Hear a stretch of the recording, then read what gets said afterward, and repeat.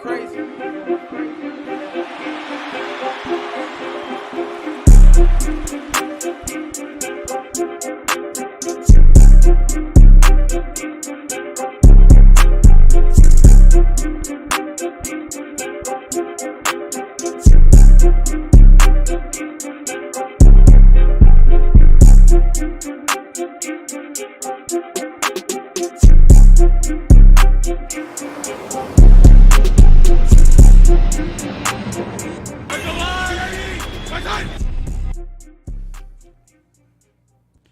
Welcome to the Shield Football Podcast Super Bowl Recap Show. Welcome in. Thank you for joining us. Got DC in the building with me. Unfortunately, Fredo is on the beach somewhere. I don't know how he scheduled a vacation on Super Bowl Sunday, but you got to do what you got to do. I'm sure he's having a good time either way. And it's not like he missed much. No, he didn't. But yeah, Steven's in producing. He's on the ones and twos. DC, initial thoughts. Let me know how you feel. Man, this was a complete beatdown. I'm like, God almighty. At least both of the defensive showed up. You know, if I'm a Patriots defender, I'll be mad as hell today, boy. You know, I'm keeping you in this game. I'm keeping you in this game all the way up to halftime. It's only 9-0. And Josh McDaniels, he could not find anything to work. And all of a sudden, I was telling Fred, this is his last game. You got to put everything out there. Whatever you got to throw it and see if it sticks.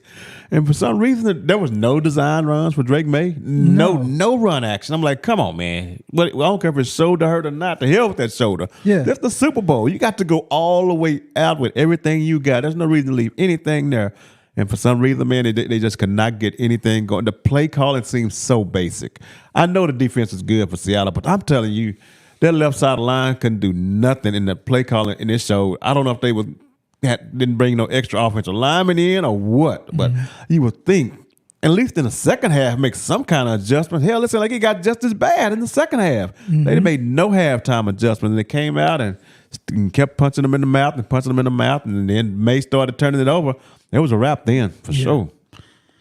Yeah, feel the same way. It went exactly like I thought it would. I wasn't here for the last episode, but I would have told you that, like, there's no way that from what we've seen in this Patriots playoff run, that they're ready for what they're about to get. Yep. Because, mind you, the previous games, it was bad weather game. So it's not like the other offense could run it up. It was slog. Like, it was just like, whoever is on top at the end wins the game. And unfortunately for the Patriots, they somehow, some way let everybody else make mistakes. Yes. Now, when the Seahawks don't make no mistakes, it's a wrap. It's tough. It's a wrap. It's basically what's that? Anthony Joshua versus Jake Paul. Yeah. That's basically what it was. You got one who really should be here, and you got somebody who they earn their way, quote unquote, but it's not the same path. Right. They're not the same caliber of team. And then, like you said, with Josh McDaniels, you won an award for Assistant of the Year. You look completely overwhelmed. Yes. Okay, Drake May has a shoulder injury. Like you said, damn that shoulder. That you've got 6 months to fix it. That's fine. Drake May's young enough, tough enough to overcome that pain. But why max protect? Yeah. I know. Okay, so I see why he didn't max protect. Because you're throwing to Mac Hollins, you're throwing to Stephon Diggs, whose mind wasn't on the game anyway. Yep. He had his own problems, and then there's just no explosion. So, but still, man, you gotta do, like you said, do something. Yeah, something. You do something. It seemed like the funny part about the whole thing is, this is how Super Bowls used to be. Yeah. Super Bowls back in the 90s, in the early 2000s, Super Bowls where there was always a team that should have been here, and then there's a team who was lucky to get there, and that's why the year after there's that record where the losing Super Bowl team always never really made the playoffs. Yep. And hell, if the Patriots don't improve, because they might be that team. They might be that team. Yep. We talked about their schedule. They can get a first place next year. First place schedule. Yeah. All right. But yeah, so get some congratulations out first and foremost to that defense. Yeah. Would they call it the dark side defense? I mean, it's a cute name, I guess. It's not the doomsday defense or anything, but the dark side. Okay, I get you. They was on Drake May's ass. Yeah. What do you think about that defense, DC? Man, I mean, when the ball was snapped, you just seen the whole left side of the line just start sitting in his lap. I was like, oh man, not again. Campbell gave up 13 of the 14 pressures by himself. I was like, my God. I guess that's what happened when you take a guard that early in the draft, like a number 4 overall pick. And man, and it showed. I mean, no matter who was on that side, they was getting pushed back into the quarterback's lap, man. And of course, early in that game, I'm watching the Patriots defense. They was getting after Donald. Right. There was a couple of throws. I was like, oh man, it's gonna be Donald finna give it away. Yep. He finna give him a couple of, but it never did happen. And they say Seahawks had no turnovers the whole playoffs. They did not turn the ball over one time. And if you're playing that clean football like that, man, of course you're gonna win. You're gonna win with a defense like that too. Just don't lose it. That's all you gotta do is just don't lose it. And they did it. They really did it, man. So that defense is gonna be tough to deal with. I don't know what they're going to be looking like in the offseason, how many of those guys going to get plucked off, but they seem like they should have most of those guys under contract. Yeah, it looks like most of them are coming back. I'm sure most of them have good contracts to where they're not – I don't see any free agents coming up. They just got DeMarcus Lawrence from the Cowboys, so he's on a fresh contract. You got a rookie, Nicky Moore, who was a beast all season. They're not going nowhere. No, they're not. They're most likely gonna improve. Yes. Yeah. They're gonna need it because they lost their OC to the Raiders. But yeah, congratulations to them. I hate they had to do that to Will Campbell. I know it, man. That's got to be the worst feeling in the world. I'm telling you. Because you're known, we know the Trent Williams, the Jason Peters, Lane Johnsons, Tyron Smith. Yeah. You're known as the turnstile now from going on. Man, next year they be like, oh, I want to line up against him. Every team is going to want to line up against Will Campbell. That's 14 bad. Pressures? That's bad. That's bad. They had everybody walking them down, walking them back. Man, you got to feel bad for him because, again, when he was drafted as a tackle. Everybody said he's a guard, and then New England said, "Well, we're going to play him at tackle." And as the year progressed, he's a guard. Put his ass inside because that might break a person. Oh, ain't no doubt. Ain't no doubt. A performance like that, he's gonna have nightmares going forward. After the game, I didn't know if you saw it, but they had a video of him walking off the field. It was tough. Yeah. He was the people were trying to console him. He said, "Get away from me." Yes. The only person he could block all day was his own teammate from giving him hugs. That's the only thing he could do all game. So I feel bad for that man. Oh my God.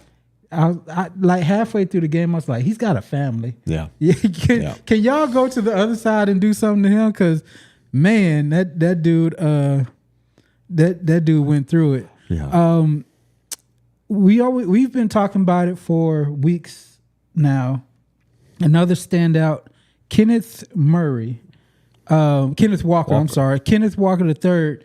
He got the MVP, and it really feels like the Seattle offense unlocked like Super Saiyan mode whenever they focused on him. I was trying to figure out the whole year why he wasn't the bell cow. Yeah. They kept doing this Zach Charbonnet stuff, but you see during the playoffs, he's had 22 touches, 45 yards. 23 touches, 111 yards. 29 touches, 161 yards. And he's a free agent now. Yeah. He's gonna make some bread. Yep. But give me your thoughts on the way Kenneth Walker was unlocked this team. Yeah, it was like when it first happened when Charbonnet went down. It was a blessing for the Seahawks.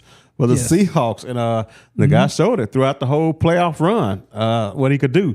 So now he like you said, he got a blank check for somebody. The good thing about Charbonnet is that Walker played so good, he might have bought himself out of Seattle because of what the price tag that he's going to be able to command on the market.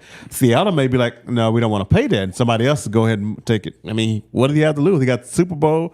He got a Super Bowl MVP. Ain't nothing left to do but cash checks now. Yeah. He got it. So I'm thinking, man, if Seattle don't come on with pony up with some money, somebody gonna come in and snatch him, man. But a hell of a job, man. We knew he had it in him, just didn't give him opportunities. And now you let this guy get to free agency. Now you got an even bigger problem. Yeah, that's the scary part. When you let these guys go all the way to the end of their contracts and they come a real free agent, you either gonna franchise tag him or what? So yeah, they got some problems on their hands. They need to keep him though. They need to keep him.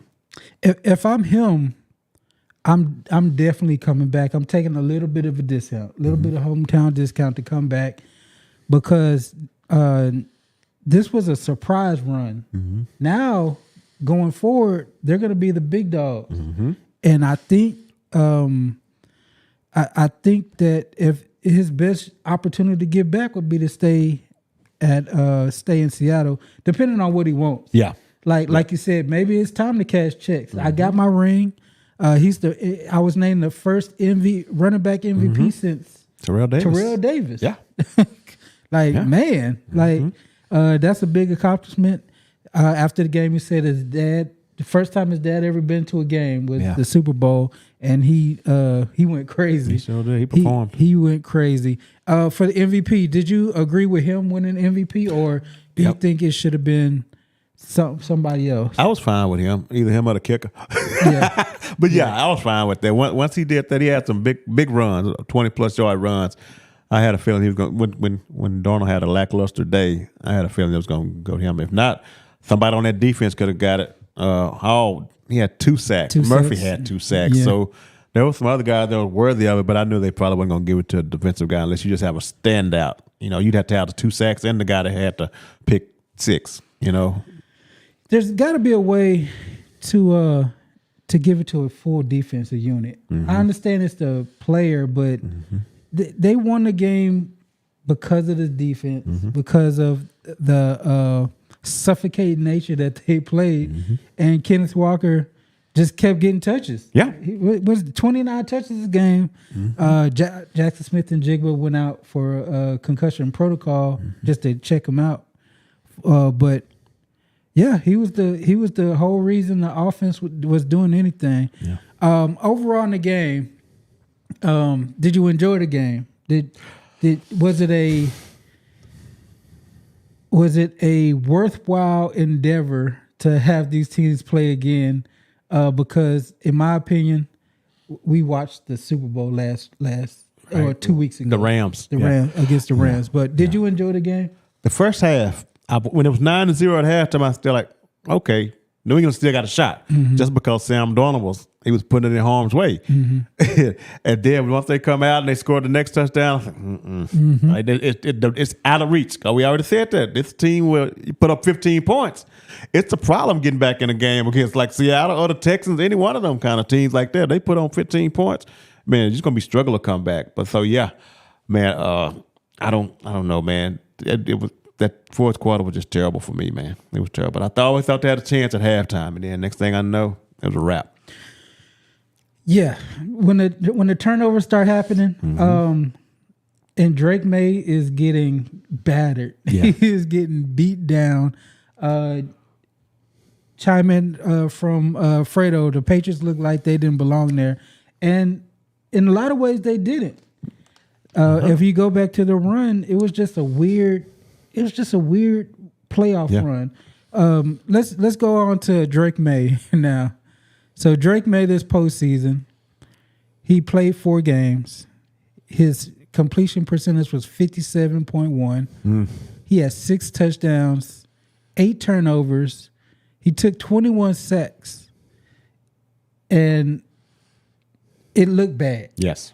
Every game, if he never made the playoffs, if he was one and done, we would have a better sense of him, and like we would think more highly of him. But he looked so bad. He looked like a deer in the headlights.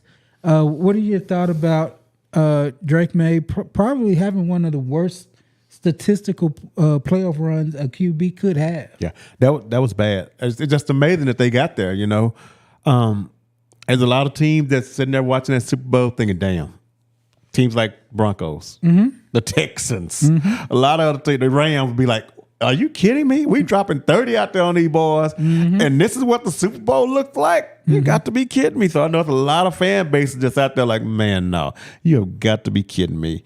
And then Drake May, man, he went to bed throughout the playoffs. He just got by the skin of their teeth. They got there, but man, like you said, it didn't look right getting there. And it showed up in the biggest game in front of the world. It showed up, man. So I don't know if they get back. They got a lot of work to do themselves. They got offensive line help they need. They need wide receiver help, and they're going to play a lot tougher schedule next year. So I don't know. It's going to be tough. They may have missed their one. They may have missed their shot. They're going to bring the mix a little bit, but I think they missed their shot, man.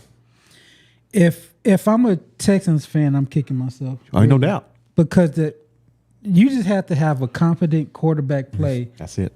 Just like we saw with Sam Darnold. He wasn't special this game. Nope. He just didn't throw the pick six. He didn't fumble the ball. He didn't give them short fields. The Texans should have been here. Yep. Especially after, what happened with Bo Nix and everything. But, yeah, if I'm a Texans fan, I would have been kicking myself because it would have been a much more competitive game. Oh, no doubt. For Drake May, so he loses out on the MVP. That's loses amazing. by one vote. One vote. Okay. And somebody voted for Justin Herbert. Justin Herbert, I seen that. Yeah. And I was like, I seen that. Okay, take his vote away. I wouldn't have told nobody that. No, yeah, take that dude's vote away. But he loses out by one vote. He has this playoff run that's putrid. Is the only way you could say it. And then going forward, it's going to be tough, like you said, for him to get back to this. Yep. Get back to this point. So feel kind of badly for them, but I feel worse for the defense. Yeah. Defense did it. Yeah. They did nearly everything they could besides getting turnovers. Like they held them to kicks. What? How many kicks did they? Four. Four I kicks. think 4 or 5 field goals probably. Yeah. In the first half alone. Yeah. The only reason it was close was because of the defense, and then of course Barner gets open for that touchdown, and then the floodgates open up, and it's a party. Yeah. Like once that touchdown was scored, that's it. Yeah, I think they could have wrapped it up. They could have definitely wrapped it up. But overall, great in the game, experience like a 5. Yeah. Especially after watching what LA and Seattle had as fireworks the previous week. It wasn't nothing special. Lot of famous people just getting in the stadium to watch a beatdown, basically. So this Super Bowl is exactly like last year. Yeah. I mean, the beatdown. But the defense just took control of the Super Bowl, man. And I don't know what's going on, but the AFC better get it together because it looks like the NFC is on the rise. I'll tell you. And just the future looks bright for the NFC going forward, man. So just with the Bears division alone, I mean, it's going to be tough. In that NFC West division, man, it's going to be tough on the AFC going down the road, man, because it's going to be a dog fight in the NFC. They're going to be knocking each other out. Some good teams going to get left out again next year. Yeah, it's looking like that. So if we're looking at the Super Bowl odds for next year, of course, it's Seattle. It's the Rams. The real Super Bowl from this year. They put in Buffalo, Baltimore. Yeah. We'll see how that goes. But then it's the Eagles, it's the Packers. You know what I'm saying? Like they didn't even, the list doesn't even go down for, like you said, the Bears, Yeah. the Lions. Lions, like yeah. man, NFC is we can say it. They're the more dominant conference as of right now. Yes. As of right now. And like you said, a lot of up and coming teams. I'm scared that the Giants are going to get their stuff together, Yeah. and eventually they'll be one of these dominant teams with another top 5 pick. They already got damn near 10 other top 5 picks on their rosters. So eventually, John Harbaugh get them, but it's looking like like the NFC is going to be the more dominant conference going forward. Yes. But yeah, so. With the Super Bowl odds for next year, we got Seattle as number 1. Do you agree as Seattle being the number 1 in terms of odds to get back to and win the Super Bowl? I guess you got to give it to them. They're not losing anything per se other than the offensive coordinator. They should be getting everything back for the most part. Like they the young, like Murphy and all those guys on that defensive front. Williams, they should be under contract for a while, for a few more years at least. So, you got to put them number 1. Because the head coach is the guy that was pulling all the strings. He was in his bag on defense. Some of them blitzes and them disguises he was doing last night, I was like, oh, my God. That was good. He was good last night. That blitz for the defensive touchdown, he pulled that one out. So, with the Rams are second in odds according to DraftKings. Do you agree with the Rams being second? Yeah. They bringing everything back. When the quarterback said he's coming back, they're gonna run it. They got the chip on their shoulder. They're gonna run. They got like the number 13 pick in the draft, so I'm expecting them to do something heavy with that for sure. They got 2 first-round picks coming up next year from the Falcons trade last year. We'll get into that debacle later in the show. I'll put them. I would put them number 1 because Seattle is more of. I know you got to do it just because they won the Super Bowl, but if you look, those Seattle Rams games could have gone either way, and I really think that the Rams may be a slightly better team, especially offensively, but the Seattle defense is just so head and shoulders. Only thing is defense doesn't always repeat. Right. So we'll see how because the Eagles had that kind of defense last year. Yes. And they didn't look the same. Even though they still had the same players. Right. It didn't look the same. It didn't look the same. So we'll see how that goes. Buffalo is number 3. I'm having trouble with this one because the Bills have a lot to fix on their team going forward. Josh Allen is a monster. Can the front office fix the holes, patch up all the holes? I'm struggling with that one. And then, how do you feel about the Buffalo Bills? That's the first AFC team mentioned in the Super Bowl odds. I'm with you. I can't put them there. You fired the head coach. I mean, and you kept the OC and promoted him to head coach. What are you expecting to change out of that?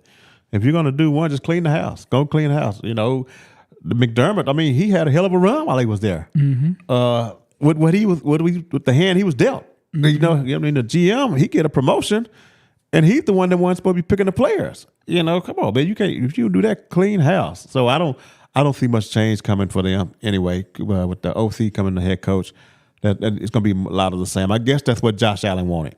I guess he wanted Joe Brady to be the head coach. So. I don't see much. I don't think they'll be pretty much where they were at this year, I would think, or a step back because I don't know what the defense is going to look like now. And for me, I would put Denver in that spot. Yes. Over the Bills. Oh yeah. I think Denver has a much more likely shot of getting to the Super Bowl. And man, I hate that happened to Bo Nix. Yeah. Because that would have been a much better Super Bowl because to see those two defenses clash it would have been lights out. Yeah. Chris Collinsworth early was like, "Oh, this is going to be a defensive game." He said it. He was like, he saw it. Like I'll give him that credit. I don't always love Collinsworth, but he was like, "Oh yeah, I see how this is going." Yeah, this first touchdown wins this game, and it went just like that pretty much. But yeah, I was kind of confused of why they got Buffalo, Baltimore, ahead of Denver. And then New England is also in the top, what's that, 1, 2, 3, 4, 5, top 6 to get back. And I just don't I'm going to see drop them maybe down about at 10, something like that. Yeah. You know, like I say, Chicago I'd put ahead of them. You know, it's a lot of other teams that I'd put ahead of them Green right Bay. now. Yeah, Green Bay ahead of them. Yeah. So I don't get it. It's going to be tough for them. Yeah, but we'll see. We'll see who steps up next year. Yeah. We got to talk about the controversy of the halftime show a little bit. So I'm sure everybody saw it. Bad Bunny produced a all Spanish halftime show, and for me, I loved it. Yeah. I loved every single part of that. I loved the outrage that it caused for the middle of the country. I loved the unity it showed. I got a little emotional watching because I was like, "That's America. That's the America that I want to be in." Where he shouted out all the Latin country who represented the other countries in America. Yeah, like that what makes America a melting pot. That's what makes them us the greatest nation. Yeah, is because we have everything. That's right. You can go down and get Cuban food, Dominican food. You can go to get African food in the same little shopping mall. You know what I'm saying? And I just enjoyed everything about the show. How did you feel about Bad Bunny?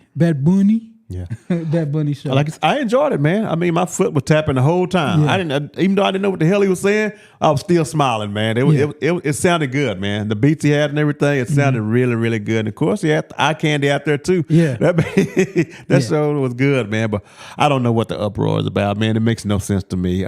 It's just some small-minded people out there, and it's really shameful, man, that people will do that. And you know how you people coming out on social media saying stupid stuff, but just remember, you can't take that stuff back. It's it's out there in the Uber space now. So it's out there. It's out there. Yeah, you have friends losing friends over this, over nothing, man. It's crazy, man. People get a little drink in their system, and they become these keyboard warriors, and then they want to put this stuff out there, and all of a sudden, before you know, you falling out with people that you should have never fell out with over something as basic as just humans, treating people. You're human. We're Americans. What difference does it make where I come from? I'm still American. If I'm considered American, especially if I'm Puerto Rico, why would you have a problem with that? Everybody, been America. Yeah. Been America. What are we talking about, guys? There should have been no uproar over this. It's an American. Sad. Yeah, I loved the show overall. I love that you saw many Hispanic people just like they were crying at the representation. Just happy that they got to have their culture spotlighted, and I loved it. Like the stage, the hat, the clothes, the dancers, the flair, the transitions. Like, man, I was nodding my head. Like, I listened to some Bad Bunny. But I kept Shazamming like, oh man, I'm adding this one. That EOW, that was dope. There was another song. They didn't do enough of Monaco for me, but I thoroughly enjoyed it. I don't know Spanish. I'm not a fluent Spanish. Like, to me, the people who are complaining, they never had a Spanish girlfriend in high school. No. They never talked to any Spanish. They never seen the positive of somebody from that culture, because anybody who ever has been close to that demographic of people, we was down. We was down. We've danced with some Spanish women in our life. So it was dope.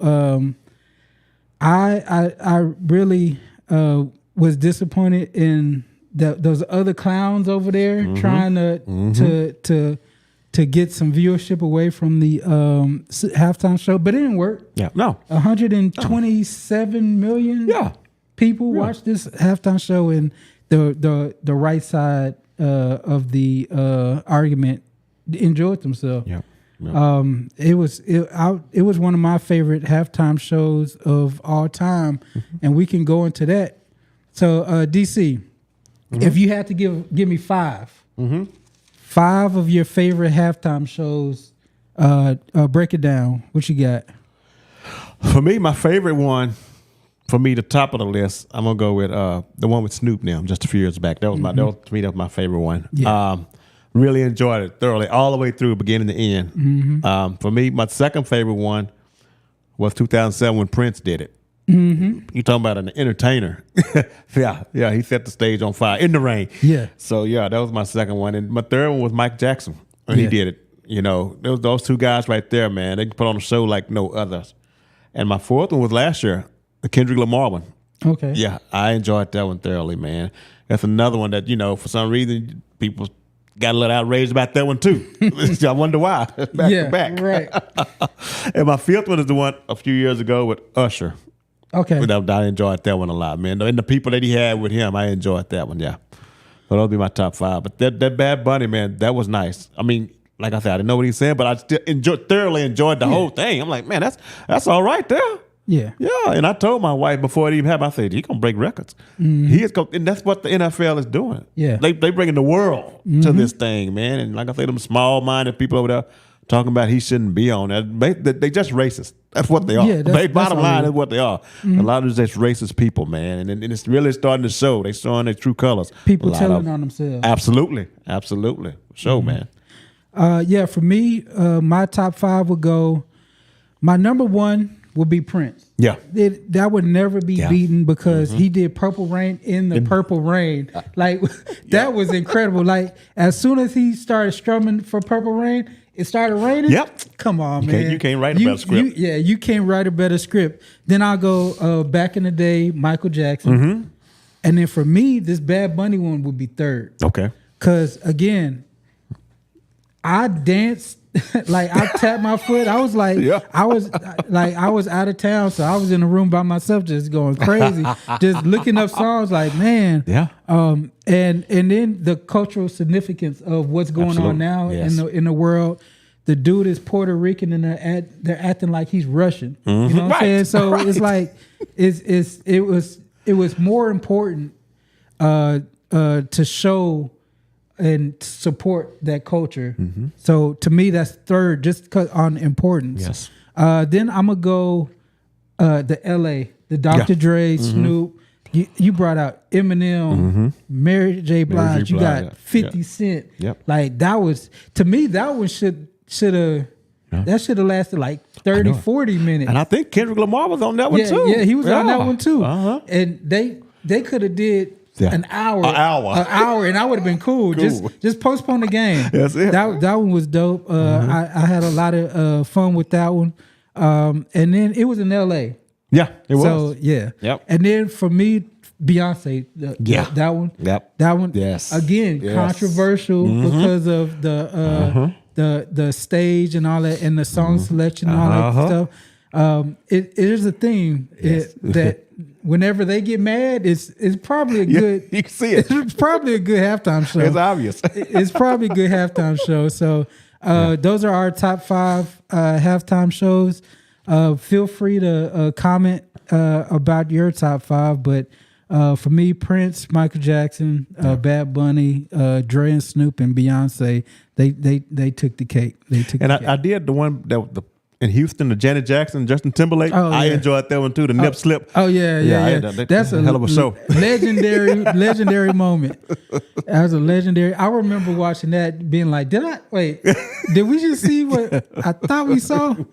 Yep. But yeah, so any more thoughts about the Super Bowl, good or bad, before we leave the topic? No, just kind of like what I was saying, that the NFC, man, in the Super Bowl looks like they got a handle on all this stuff. But I guess next year it's going to be L.A. They're going to be back in L.A. again. So yeah, no, not much. What do you think about the commercials? Did you get to see? Did you watch the commercials? I saw a handful of commercials. Yeah. I wasn't able to really hone in on the commercials. Once we leave here, they'll be up on YouTube. Oh, yeah. I'll take a look, but overall, the commercials aren't the show like back in the day. Right. Remember back in the day where though you couldn't get out of your seat because the commercials were so good. They were kind of risque too. Yeah. They were kind of pushing the limits of TV. And now to me, all the commercials are celebrities. You get a celebrity special guest, then you get some AI BS, and then I mean the way it's going. I mean, I think it's going to be a dead industry coming up soon because they're not even going to have celebrities anymore. It's just going to be AI stuff. But overall, there weren't really many great ones that I can come up with. Yeah, I mean, because like you say, you wouldn't even leave your seat. I mean, you was waiting for the next commercial. You couldn't wait for another time out. Whether it would be Budweiser Frogs, Clydesdale, whatever, man. You was looking for Doritos or whatever. The next best, the cave, all that, man.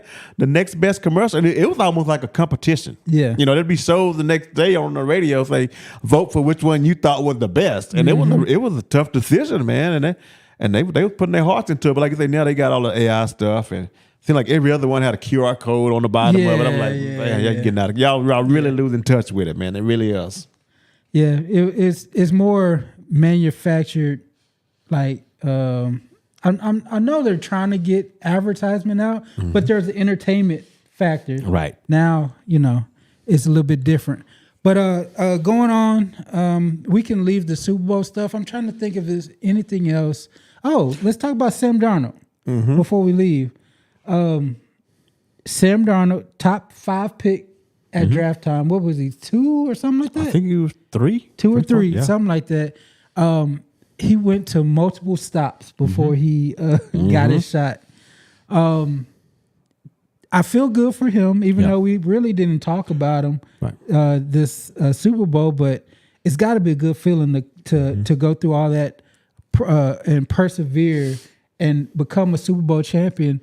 They didn't win the game because of him, but they got to this point partly because of how great he played. He's got a fearless, even the times in the first half where it's like, "Ooh, Sam Darnold, don't make that throw," but he's fearless. That's right. He knows he's got one shot, and he took his shot, and now he's the Super Bowl champion. Yeah, absolutely, man. Give the man his props.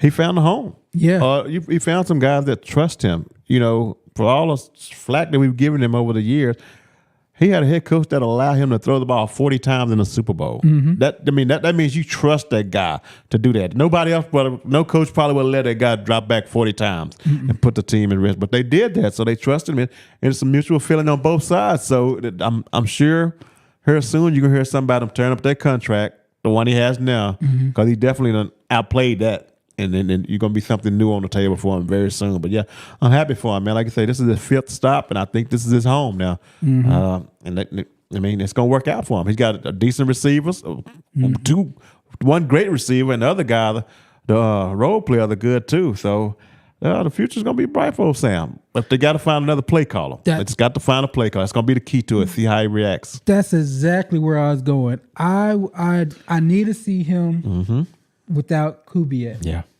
Kubiak's going to be the head coach for the Raiders, which is a really good hire. Absolutely. Really, it's a perfect hire for them, especially with them being able to get Mendoza. But I got to see him without Clint Kubiak because the best thing I can say, he got his Super Bowl when he was supposed to. Yeah. With the team is loaded, the coaching staff is loaded, the defense is loaded. Like you said, he's got the head coach behind him fully.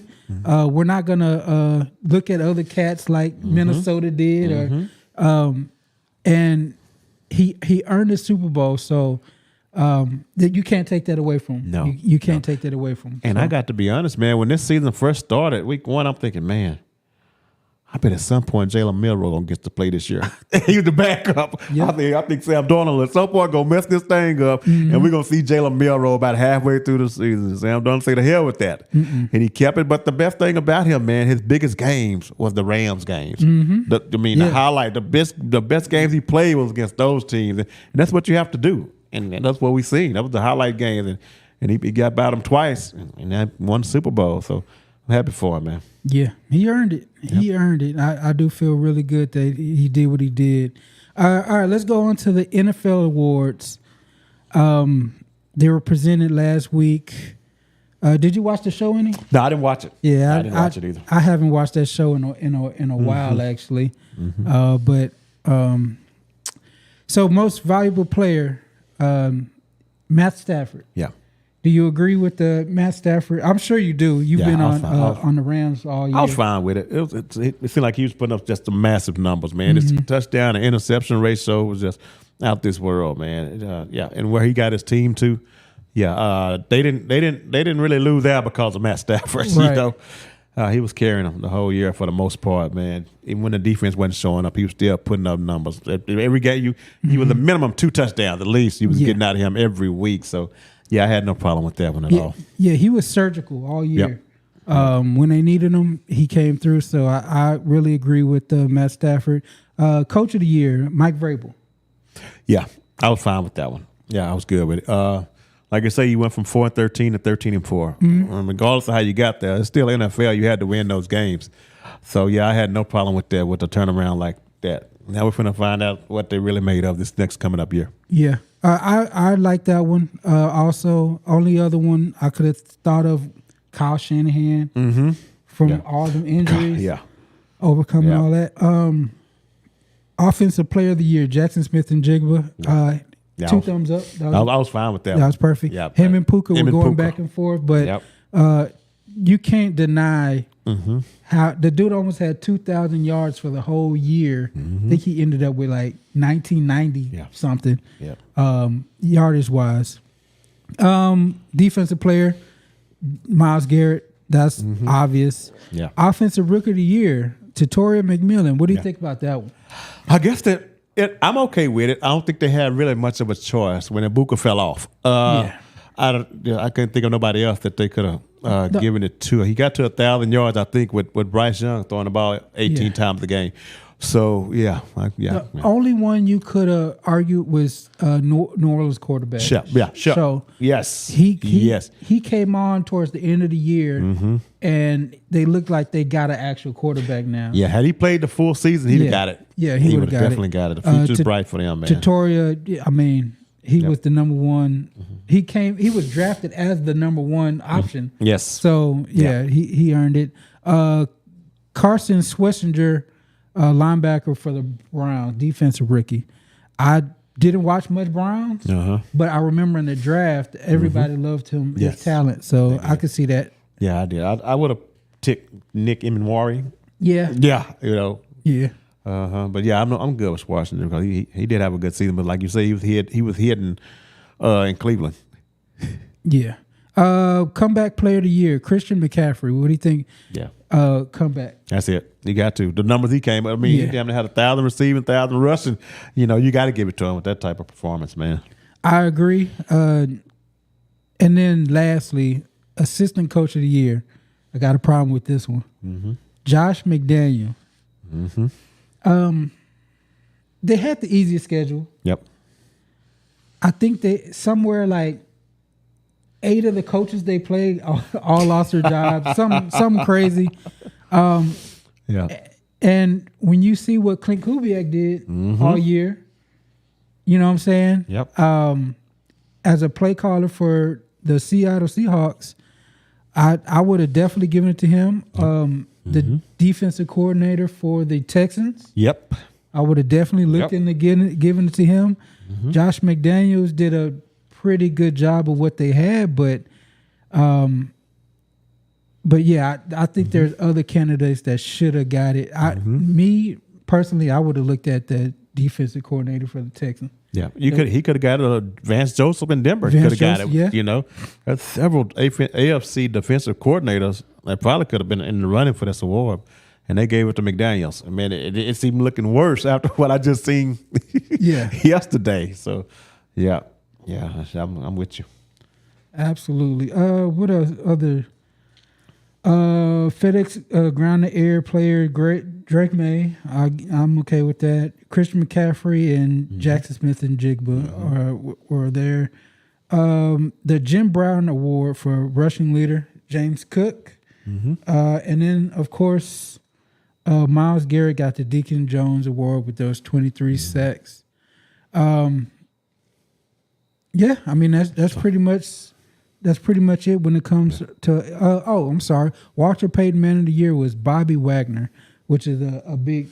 Oh yeah, deal. that's a big one. Yeah, that's a pretty big deal. Yeah. I like how they get the the patch in there like that. So that was pretty cool. Yeah.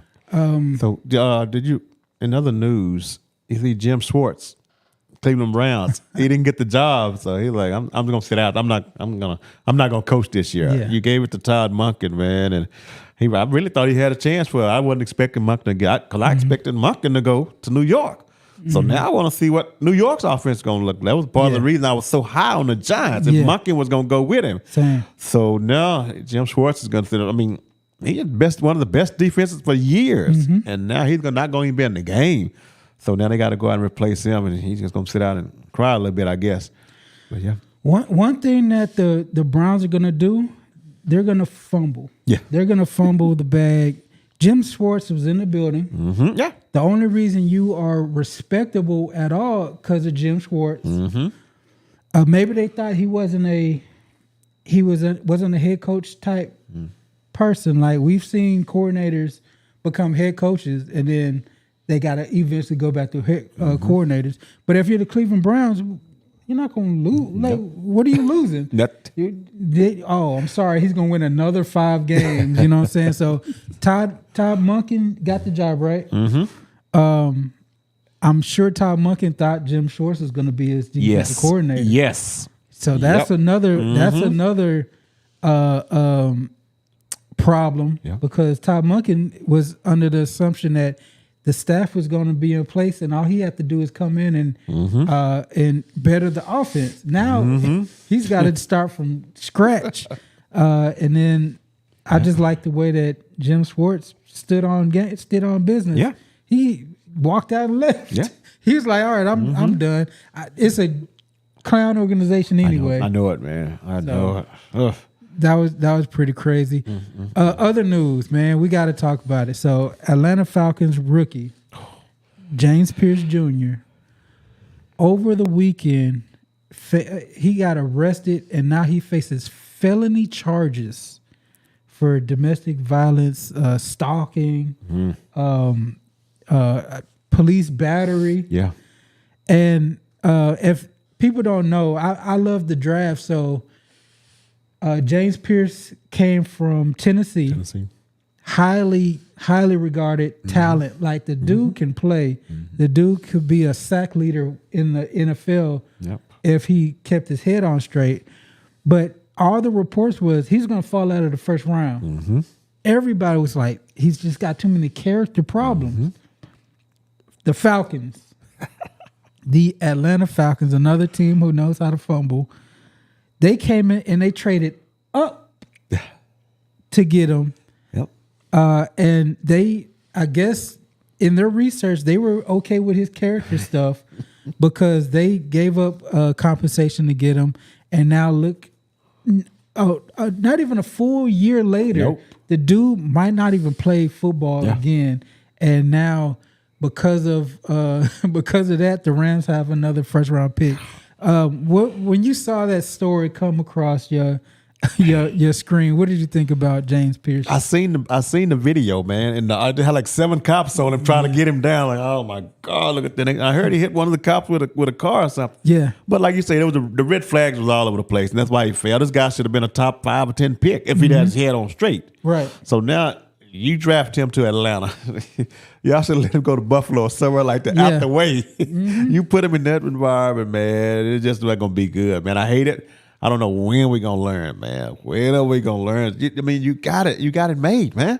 Just act right. And you in the spotlight, man, and you go out there and do this stupid stuff, and now your career just may be over with. 1 year into it and you doing stupid stuff, man. I don't get it. I don't get it at all, man. Especially when you're starting to domestic violence stuff. Yeah. I thought we'd learned by now. That's what you cannot do that, man. Keep your hands off these women and quit stalking them and all that stupid stuff, man. You just gotta let it go, man. It's tough, but you gotta let it go. Yeah. I saw that and I was so disappointed. Yep. Cause all you got to do, like, why are you in Florida anyway? You play in Atlanta. Mm-hmm. The Super Bowl was over on the West Coast. Now you up here beefing with this lady. She's also a star. She plays basketball. Yep. She a gorgeous lady. I was just laughing on Twitter.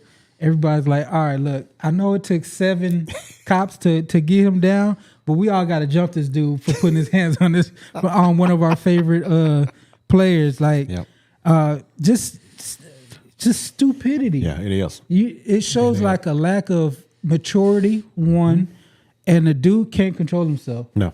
So get him out of here. You got to. Get him out of here. You got to. One and done is crazy to me. You're a first round pick.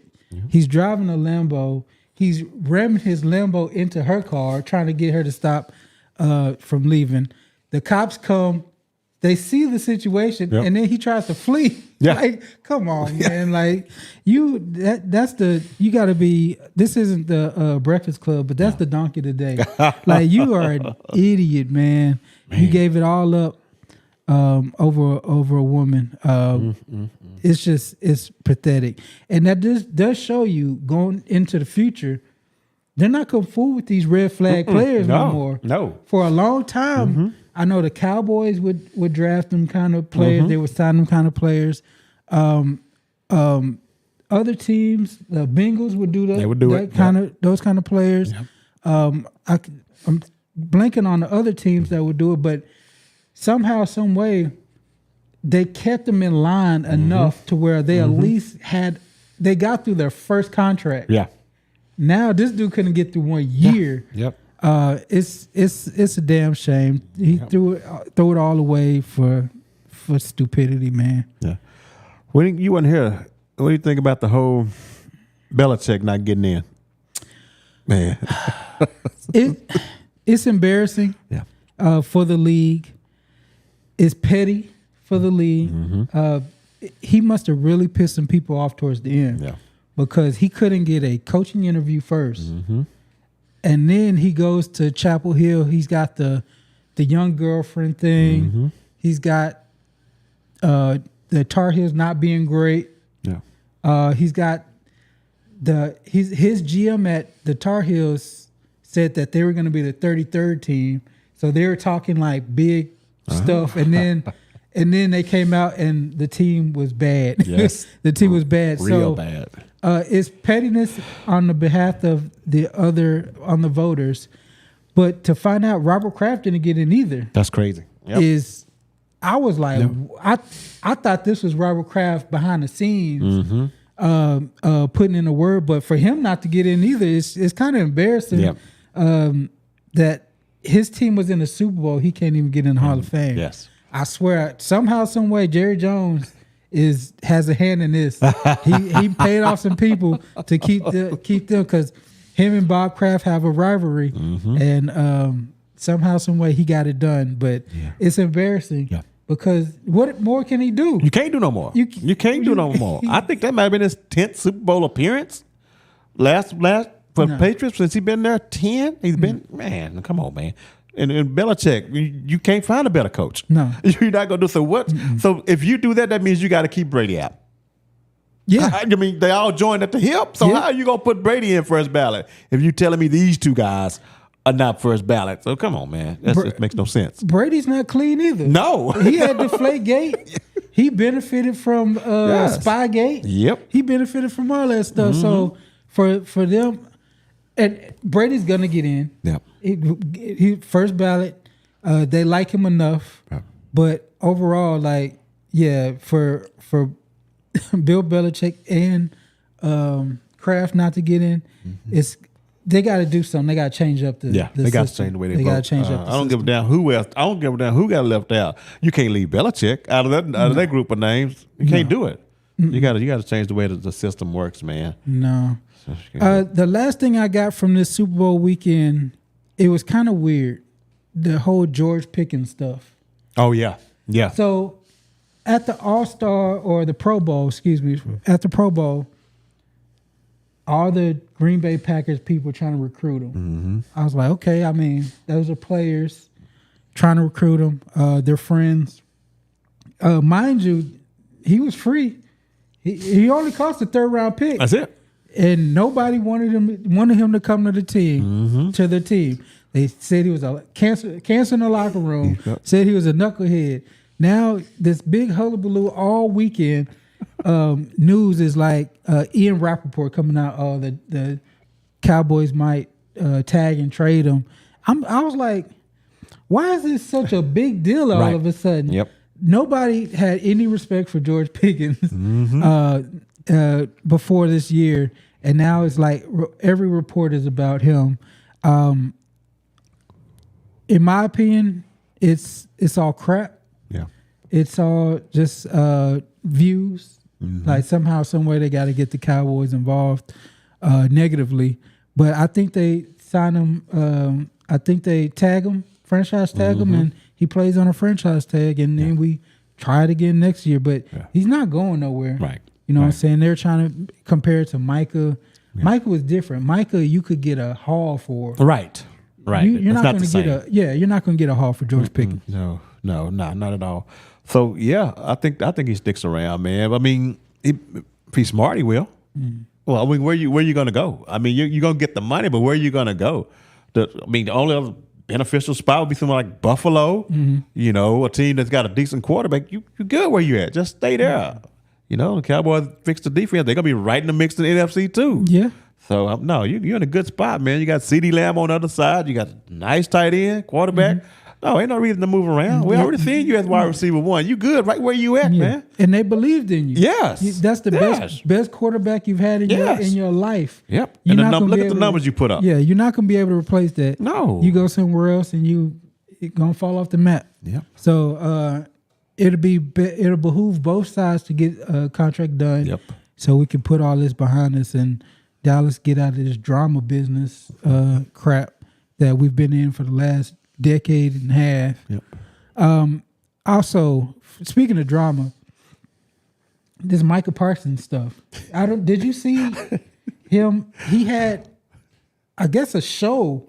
No, I didn't see it. He had his own show during Super Bowl weekend, and he brought on players. But the number one thing I got from the whole thing, it was very interesting. Go back, he had like Pickens on, he had Myles Garrett on, he had AJ Brown on, he had dude from the quarterback for the Panthers. Oh, Bryce Young? Bryce Young. He had Bryce Young on. But there is one thing he kept focused on. I don't know if he want to be in Green Bay. He talked about being everywhere besides Green Bay. He repped Green Bay a little bit, but he was talking about how close he was to becoming an Eagle. I heard about that. He brought up his time with the Cowboys. I'm just like, man, Green Bay is a good football situation for him. The lights are bright enough for him. Yeah. That dude wants to be in the limelight, and it's gonna become a problem. It's gonna become a problem. But so you saw I heard about that Eagle stuff, the story about the Eagles almost being an Eagle and stuff like that. But no, Green Bay, it's just a matter of time. I bet when he couldn't wait for the season to be over so he can get the hell out of Green Bay. Yeah. I bet it's the first chance he got to leave, he left. And he got out of there. You know, now he had to go back when it was time to report, but he's enjoying his time away, probably right back in Dallas. Yeah, probably. I wouldn't be surprised at all. If I'm a Packers fan, I think I got sold a lemon because his heart isn't in Green Bay. No matter what he says during the Pro Bowl, he's with the Cowboys players. Yeah, he's driving around, making him the spotlight of the Pro Bowl. You ain't even playing. No. So I would be a little bit mad of how he's operating. The funny thing I saw, that if you do go back, look at the interview with Myles Garrett. Myles Garrett roasted that dude for 40 minutes straight. What? He big dog Michael Parsons at every level. Like, Michael Parsons was talking about his time in Dallas and Green Bay. Myles Garrett was like, they don't love you no more. Like, get over that. He was talking about, Michael Parsons was talking about what he brought to the table. And Myles Garrett was like, wait, you talking to me? I'm the sack leader now. I'm the best defense. Like, it was really an exercise in the big brother versus the little brother, because Myles Garrett's really that dude. Yes. And he came on Michael Parsons' show just talking just mad good crap to him. I thoroughly enjoyed that. He put Mike in his place for about 40 minutes straight. He kept killing that dude. So, but yeah, that's all I got. Super Bowl, we're gonna miss football being played for the next 6 months, but looking forward, we got the combine, we got the draft coming up. Football is not gonna stop anytime soon. No. And we will be here to talk about it. You got anything else? No, I'm good. I'm good, Jay. All right, let's put a bow on this episode, Stephen. Thank you for tuning in. Please like, share, tell a friend to tell a friend. We'll be posting shorts and stuff like that. Please look at our shorts. Give us a subscription also. Before we leave, Fredo put, what do y'all think about CJ cutting his hair? I don't know. It didn't work for David Carr, so I don't know. It didn't work for him, but you got to start new. After what we saw, like at one point, I think he might have to move to like the greater Houston area. Like, I don't know if get outside the Beltway. I don't know if we want to see him at HEB because somebody's gonna throw something at him, especially seeing how Drake May plays. Oh man, yeah. I don't know if cutting your hair is gonna do it, homeboy. You already cost yourself million. Yes. But it is what it is. But yeah, we'll end this episode. Appreciate y'all for tuning in. Peace out, everybody. Later. I saw that.